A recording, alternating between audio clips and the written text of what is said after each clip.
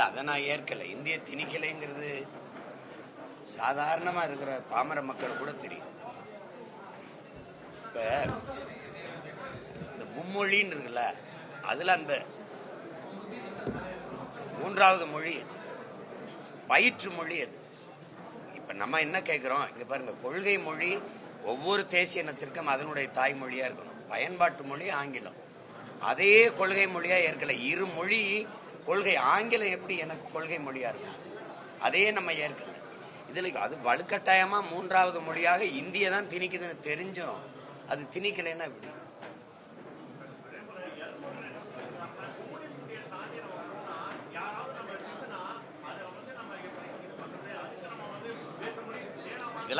இதெல்லாம் ஒரு தலைவர்கள், நீங்கெல்லாம் படிச்சிருக்கீங்க, அறிவார்ந்த பிள்ளைங்க, இதெல்லாம் ஒரு தலைவர்கள் பேசுற பேச்சா? எதுக்காக வேணே திட்டுறான், எதுக்காக வேணே திட்டுறான்? கும்மிடி பொடியை தாண்டி போனா இந்தி தெரியலாம் பிழைக்க முடியாதுன்னா, நீ தமிழ் கத்துக்கிட்டா என் மாநிலத்துக்கு வர்ற? 1.5 கோடி பேர் இங்க பிழைக்க வந்திருக்கீல்ல, எப்படி பிழைக்கிற? இந்தி ஆள் தளம் எல்லாம் அவ்வளவு வெப்பமா இருக்கும். அந்த காலகட்டத்திலே அவ்வளவு நாட்கள் சிறையில் இருந்து வாடியவர் நேரு. அவர் விடுதலை ஆதரிச்சார், நீங்க விடுதலையை எதிர்த்தீர்கள். 2 பேரும் அவரை போய் இவரோட ஒப்பிட்டா எப்படி?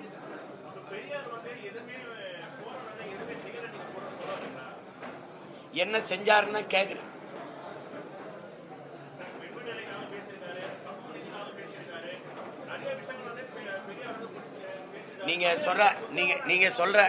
நீங்க சொல்ற பெண் விடுதலை இதுதானான்னு பாருங்க. கணவனோடு வாழ்ந்து கொண்டிருக்கும் போது அந்த பெண்ணுக்கு வேற ஒரு ஆண்மகனோட விருப்பம் ஏற்பட்டால் அந்த ஆண்மகனோட போய் இணைந்து வாழ்வதை குற்றமாக கருதக்கூடாது. இதானே அவர் பெண்களுக்காக பேசுனது. ஒரு சமூக சீர்திருத்தம்னா அந்த கணவனோட அந்த ஆண்மகனோட வாழ விருப்பம் இல்லைன்னா சட்டப்படி மனமுறிவை பெற்று நீ விருப்பப்பட்ட ஆணோட போய் இணைந்து வாழுன்னு சொல்வது ஒரு சரியான ஒரு இருங்க. நீங்க சொல்றது நான் கேட்டதுக்கு பதில் சொல்லுங்க. அதுதான் அவர் சொல்றாரு. 1971 சேலத்தில் நடந்த மாநாட்டில் 3ஆவதா போட்ட தீர்மானம், கணவனோடு வாழுகிற போது அந்த பெண்ணுக்கு கணவனை விட வேறொரு ஆண்மகனோடு விருப்பம் இருந்து அவனோட போய் உறவு வைத்துக் கொள்வதை குற்றமாக கருதக்கூடாதுன்னு இருக்கு. அந்த தீர்மானத்தை எடுத்து உங்களுக்கு அனுப்பிட்டா இல்ல? இதானே போராடி பெற்றது. படிக்க வச்சாரு, பெண்களை படிக்க வச்சாரு, படிக்க வச்சவன் எங்க தாத்தன் காமராஜ். மதிய உணவு போட்டா தான் பசியோடு பிள்ளை இருந்தா பாடம் மண்டையில ஏறாது. ஒருவேளை சோறாவது போட்டு படிக்க வைக்கணும்னு உலகம் பூரா கையேந்தனார்ல. கொடையாளர்கள் கொடை கொடுங்க, உங்களால முடிஞ்சதை கொடுங்கன்னு அரிசி கொடுத்தான், நெல்லு கொடுத்தான், விறகு கட்டையை ஏற்றி அனுப்புனா. பெரும் செல்வந்தர்கள் பொருள் கொடுத்தாங்க. அப்ப பெரும் செல்வந்தராதான் பணக்காரராதான் ஐயாவை நீங்க சொல்ற ஐயா ராமசாமி பெரியார் இருந்தாரு. எவ்வளவு நன்கொடை கொடுத்தாரு?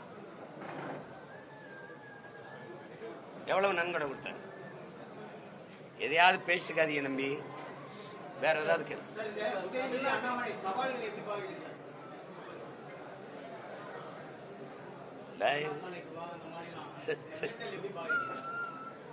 சும்மா ஒருத்தருக்கு பேசிக்கிறதா அது. அந்த நேரம் ரசிச்சுட்டு விட்டுருங்க. வேற ஏதாவது ஆக்க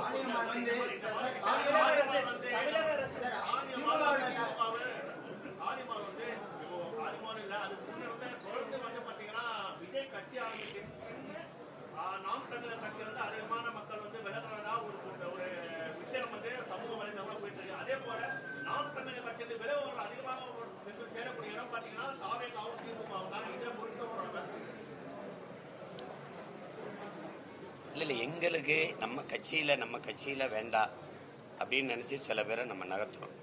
அதுக்கப்புறம் அவங்க எந்த கட்சிக்கு போனாலும் நம்ம அதை பத்தி கவலைப்பட முடியாது. வேணும்னா விளக்கம் கேட்கலாம், வேணாம்னா விலகித்தான் வைக்கணும். கட்சியில இது ஒரு கட்சியை நடத்தி போகும்போது அந்த கட்சிக்கு யார் தேவை, யார் தேவையில்லை, இந்த கட்சியை நீண்ட தூரம் பயணிச்சு கொண்டு போறதுக்கு அப்படின்னு கட்சி முடிவெடுக்கும். அதுல போய் நீங்க இதனால இது நாட்டுக்கும் மக்களுக்கும் பெரிய பிரச்சனை போல விலகி போறவங்க வேற ஒரு அரசியல் இயக்கத்துக்கு போறது இயல்பு தானே. அவங்க எங்க இருந்தாலும் போய் அவங்களுக்கு விருப்பமான இயக்கத்துல இணைந்து இயங்குவதற்கு நம்ம வாழ்த்தலாம், அவ்வளவுதான் செய்ய முடியும். நமக்கு வேண்டாம் அப்படின்னு முடிவெடுக்கிறோம்னு வச்சுக்கிறோங்க. அதுக்கப்புறம் போய் அதை பத்தி கவலைப்பட்டு இருக்க வேண்டியது இல்லை.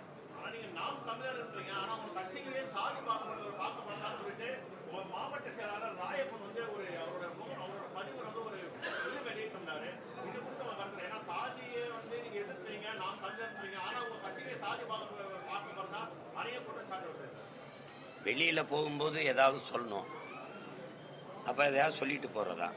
அவரு இவ்வளவு நாள் என்ன பார்த்து அந்த பொறுப்புல இருந்தாரு? கட்சியை விட்டு போகும்போது சாதி தெரியுது, அதுக்கு அந்த விலகிறதுக்கு நாள் வரைக்கும் நொடி வரைக்கும் என்னவா இருந்தாரு? அந்த பொறுப்புல இவ்வளவு நாள் இருந்தாரே, என்னவா இருந்தாரு?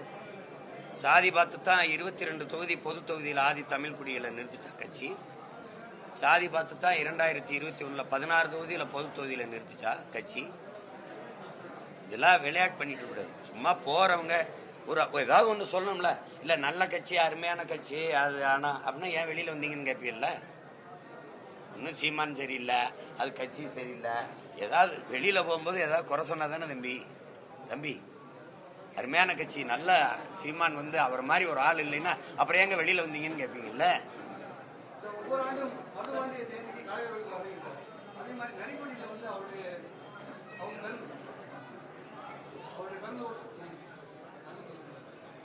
இல்ல இல்ல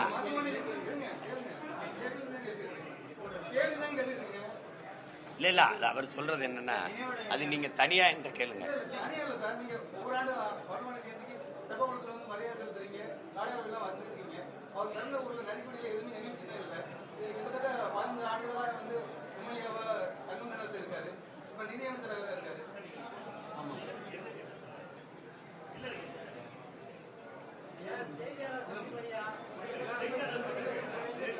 தம்பி நீங்க நீங்க என்ன கேட்க வரீங்க?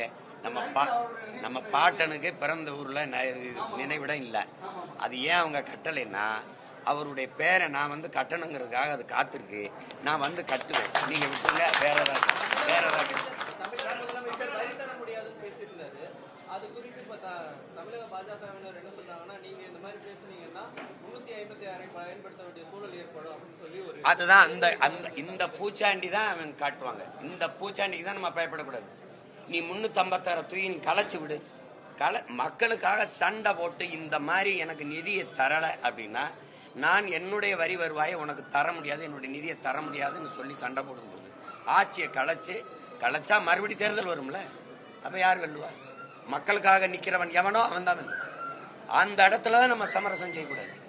அப்படி பாய்ந்துதான் காவிரி நதிநீர் போச்சு, அப்படி பாய்ந்துதான் கச்சத்தீவு போச்சு, அப்படி பாய்ந்துதான் மாநில பட்டியலில் இருந்து கல்வி இந்திய ஒன்றிய அரசு எடுத்துட்டு போச்சு.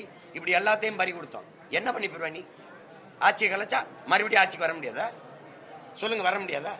இப்படித்தான் இனத்தை கொல்லும் போது நீங்க இந்த பதவிக்கு பயந்து உட்கார்ந்து இருந்துதான் லட்சக்கணக்கா கொண்டு குவிச்சான். போயா அப்படின்னா மறுபடியும் மக்கள் தேர்வு செய்வான். அவ்வளவு மானங்கட்ட உணர்வு கட்ட ஒரு அறிவு கட்ட மக்கள் கிடையாது இவன். தன்மானமுக்கு ஒரு இனம். அப்ப நீ எனக்கு காசு கேட்டா கொடுக்க மாட்ட, பதவி ஆட்சியை கலைச்சு விடுவ. சுத்த ஒத்த ஓட்டு வாங்க முடியாது நீ கலைச்சு விட்டீங்கன்னா பிஜேபி. அந்த இடத்துல திமிரா நிக்கணும். கலைச்சு விட்டு பாப்போம்னு சொல்லணும். என்ன மாதிரி கலைச்சிரு பாப்போம். தேசிய ஒருமைப்பாட்டுக்கு எதிரானதே பிஜேபி காங்கிரஸ் தாங்க. நீ யார கேட்டு இந்தி பேசுறவன் நாடா இது? உங்ககிட்ட கேட்கிறேன், இந்தி பேசுற மக்களின் நாடா இது இருந்ததா? நாங்கெல்லாம் வந்து குடியேறணுமா? என்ன பேச்சுது? பல மொழி பேசும் மக்களினுடைய நாடு இது, தேசம் இது. வெள்ளக்காரன் அவன் வசதிக்கு சேர்த்து ஒரு நிலப்பரப்பை கட்டி இந்தியான்னு ஒரு பேரை வச்சுட்டு போனான். அந்த விடுதலைக்கு வந்து இந்திய பேசக்கூடிய ஒன்றை கொடுத்துட்டு போயிட்டான். கெடுவாய்ப்பா நீ பிடிச்சுக்கிட்டு அதிகாரத்தை வச்சுக்கிட்டு ஆடிக்கிட்டு இருக்க. நீ ஒரு 4 மாநிலத்தில் பேசுவானா? முதல்ல இந்தி 4 மாநிலத்தில் தாய்மொழியா இருக்கா? ராஜஸ்தான் வேற, பீகாரில வேற, பஞ்சாப்ல வேற, மகாராஷ்டிரால வேற. சும்மா இந்தின்னு போட்டு பேசிக்கிறது. நீ தான் பிரிவினையை தூண்டுற. என் வரி எடுத்துட்டு வச்சுட்டு எனக்கு தரமாட்டேங்கிறது தேசப்பற்ற உருவாக்குமா தம்பி? சொல்லுங்க தம்பி. இந்தியாவின் வருவாயில 2வது இடத்துல இருக்கேன் நான். வருவாயை பிறகு முதல்ல மகாராஷ்டிரா, 2வது நான், 3வது கர்நாடகா. என் காசு எடுத்து வச்சுட்டு எனக்கு தரமாட்டேன்னு சொல்ற நீ தேசிய ஒருமைப்பாட்டை சிதைக்கிறியா? பிரிவினையை தூண்டுறியா? தேசப்பற்ற சீர் உழைக்கிறியா? நாங்க உழைக்கிறோமா? அந்த காலத்துல இருந்து தராத போதும் சாய்த்து கொண்டு வரியை கட்டிக்கிட்டு இருக்கோம்.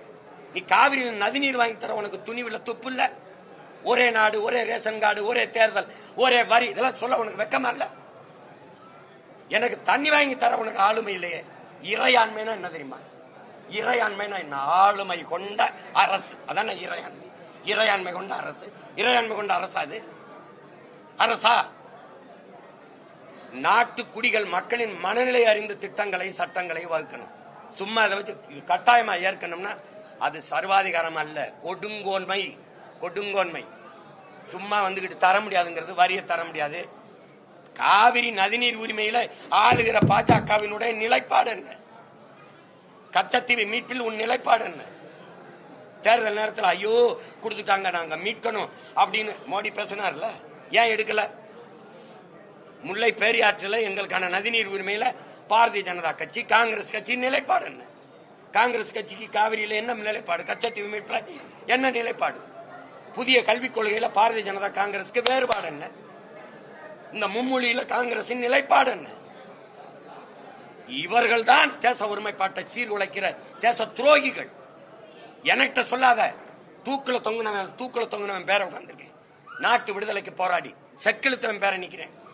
நீ எனக்கிட்ட நீ என்ன எத்தனை பேர் பண்ண? நீ பகத்சிங் செத்தா, அவனுக்கு உனக்கும் சம்பந்தம் இருக்கா? செத்தா சம்பந்தம் இருக்கா? இந்த காங்கிரஸ்ல இந்த இந்த இந்த பிஜேபி காரர்கள் RSS யாராவது தூக்கல தொங்குனவன் ஏதாவது இருக்கா? சொல்லுங்க. நாட்டு விடுதலை நாட்டு பற்ற பற்றி தமிழர்கள் எங்களுக்கு எவரும் போதிக்க வேண்டியதில்லை. இந்த நாட்டில் எங்களுக்கு நாட்டு பற்று. என இந்த நாடு என் நாடு, பாரத நாடு, பைந்தமிழர் நாடு. மறுத்து பேசுவர் யாருங்க? அண்ணல் அம்பேத்கருடைய அரசியல் சாசனத்தை நீ ஏற்பதா இருந்தால் இந்த நிலப்பரப்பு முழுதும் தமிழை தாய்மொழியாக கொண்ட நாகர்களே பரவி வாழ்ந்தார்கள். இந்த குற்றை ஏற்கிறீங்களா? எதிர்க்கிறீங்களா?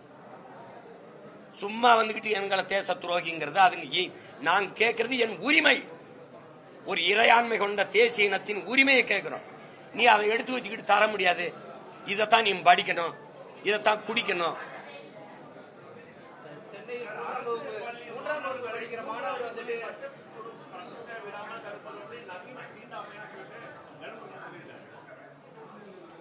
தாய்மொழியை விட்டு அப்புறப்படுத்தி தாய்மொழியை படிக்க வாய்ப்பு இல்லாமல் இருக்கிறது மிகப்பெரிய கொடுமை, பெரிய இன அழிப்பு. தம்பி, மறுபடியும் சொல்றேன், ஒரு போரை நடத்தி ஒரு நாட்டை அழிக்கிறீங்க, ஒரு இனத்தை அழிக்கிறீங்க. ஆனால் இப்ப ஒரு 1000 பேரை விட்டுட்டீங்க. இப்ப எங்களை ஈழத்துல அழிச்சிட்டீங்க, என் நாட்டை அழிச்சிட்டீங்க. ஆனால் எங்கள கொஞ்சம் பேரை ஒரு 10 லட்சம் 15 லட்சம் பேரை விட்டுருக்கீங்க. என் இனம் உயிர்ப்பிச்சிடும். இப்ப எங்களெல்லாம் போர் நடத்தி அழிச்சிட்டீங்கன்னா, ஒரு 1000 குடும்பங்களை விட்டீங்கன்னா கூட நாங்க என் மொழி என் இனம் உயிர்ப்பிச்சிடும். ஆனால் என் மொழியை அழிச்சிட்டீங்கன்னா என் இனம் எப்படி வரும்? நீ அழிச்சிட்ட, என் மொழி அழிச்சிட்ட. நீ தமிழர் என்று இனிக்க பேசிய என் மொழியை அழிச்சிட்டீங்க. அதுல 3வது மொழி படி. ஆனால் முதல்ல எம்மொழி படி, அப்புறம் மும்மொழி படிக்கிறதுக்கு வாய்ப்பை பேசு. முதல்ல எம்மொழி படிக்க பள்ளிக்கூடம் இருக்கா? அதுக்கு விருங்க, அதுக்கு எல்முருகன் ஐயா பேசுவாங்களா? தமிழ் படிக்க இங்க வாய்ப்பு இருக்கு. எல்லா இடத்துலயும் தமிழ் படிக்க வாய்ப்பு. எல்லா பேர் அறிஞர்னு சொல்றது என்ன? இன்னைக்கு ஐயா மயில்சாமி அண்ணாதுரை சொல்றது என்ன? உயர்கல்வி வரை பயிற்று மொழி தாய்மொழி தான். அண்ணல் காந்தியடியை சொல்ல, தாய்ப்பால் போல தமிழ் பிள்ளைகளுக்கு தாய்மொழி கல்வி அவசியம். உலகத்தின் நோபல் பரிசு பெற்ற எல்லா பேரறிஞனும் தாய்மொழியில் கற்றவன். எல்லா அறிவியலுக்கு படைக்கிற எல்லாருமே அவன் தாய்மொழியில் கற்றவன். எல்லா நாடும் மேடினா இருக்கும் போது என் நாடு மேக்கினா இருக்க காரணம் நான் தாய்மொழியில கற்கல. திரும்ப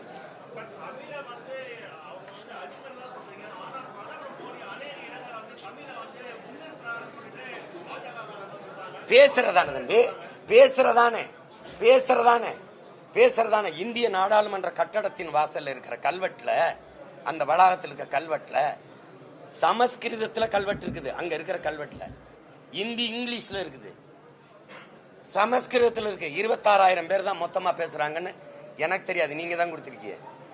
அந்த சமஸ்கிருதத்தை கொடுத்த முன்னுரிமை என் தாய்மொழி 50,000 ஆண்டுகளுக்கு மூத்த முதல் மொழி. நீங்களே சொல்றீங்க இந்திய மொழிகளின் தொன்மையான மொழி, நீ அதுக்கு முன்னுரிமை கொடுக்கல? வெற்று வார்த்தையா பேசுறது என்ன? திராவிடங்க மாதிரி தமிழ் வாழ்க, தமிழ் வாழ்க. அப்பா ஆப்ல நீங்க படிச்சு பாருங்க. அப்பா அது எப்படி போட்டிருக்கு? அது தமிழா தங்கிலீஷா?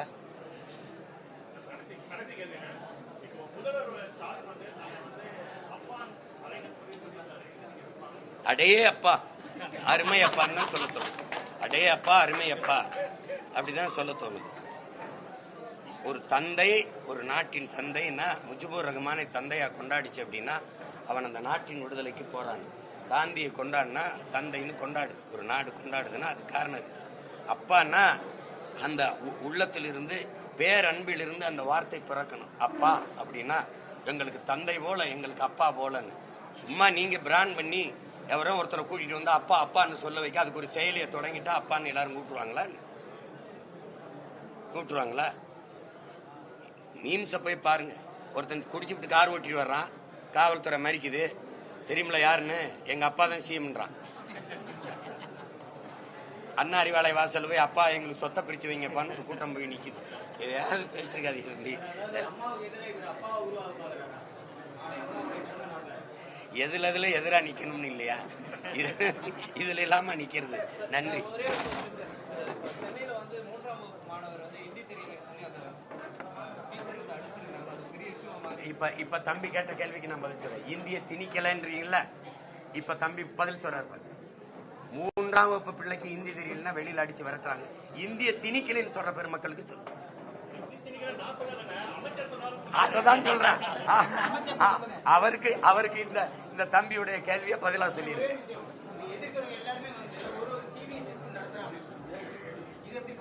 நான் எதுக்குறேன் எனக்கு பள்ளிக்கூடம் இல்லையே. விமான நிலையத்துல ஹிந்தி பேசக்கூடிய நபரோட வீடியோ வந்து சமீபத்தில் தமிழ்ல பேசக்கூடியவர், ஆனால் இந்த இடத்துல ஹிந்தி பேசக்கூடியவர் உட்காந்துருக்காரு. அது எந்த பிரச்சனைகள் நிறைய வருது. அதற்கு என்ன ஹிந்தி பேசக்கூடியவர்களே வேலையில் வைக்கக்கூடிய சம்பவம் வந்து அப்போது விமான நிலையம், ரயிலில் போன்ற இடங்களில் இருக்கக்கூடிய சம்பவத்தை நீங்க எப்படி பாருங்க? இதுக்கு என்ன தீர்வு? இதுதான் வலுக்கட்டாயமாக ஒரு பண்பாட்டு படையெடுப்பு. ஒரு படையெடுப்பை நடத்தி இந்திக்காரர்களை திணிச்சு இதை மொத்தமாக இந்தி பேசக்கூடிய இன்னொரு மாநிலமாக மாற்றணும். அதான் உங்களுக்கு விளங்குதா? அதனாலதான் இது இந்த உழைப்பிலிருந்து வெளியேற்றிட்டு அந்த உழைப்புக்கான தேவையை அப்படியே வச்சு திருப்பி அவங்கள கொண்டு வந்து இங்க நட்டு 1.5 கோடி பேர் வந்துடான், இன்னொரு 1/2 கோடி பேர் ஏறிட்டான்னா அவனுக்கு வாழும் உரிமை மட்டும் இல்லாம வாக்குரிமையும் கொடுக்கப்பட்டுச்சுன்னா இந்த நிலத்தின் அரசியலையும் அதிகாரத்தையும் அவன் தீர்மானிப்பான். நாங்க இயற்கையாவே தானாகவே அடிமையாயிருவோம், இந்த நிலத்தை விட்டு விரட்டப்படுவோம். இது நடக்கும், எழுதி வச்சுக்கணும்.